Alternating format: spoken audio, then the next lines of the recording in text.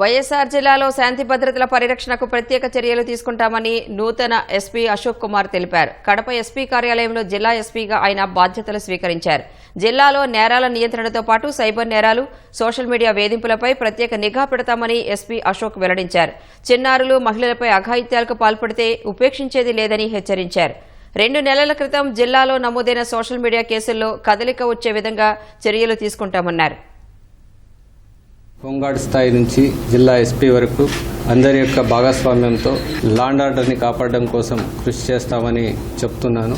మహిళలు, చిన్నపిల్లలు, అమ్మాయిలు వీరి విషయంలో జరిగే నేరాల పట్ల జాగరూకతతో ఉంటాము. ఆ నేరాలు చేసే వారిని ఎట్టి పరిస్థితుల్లో ఉపేక్షించే ప్రసక్తే లేదని తెలియజేస్తా ఉన్నాను.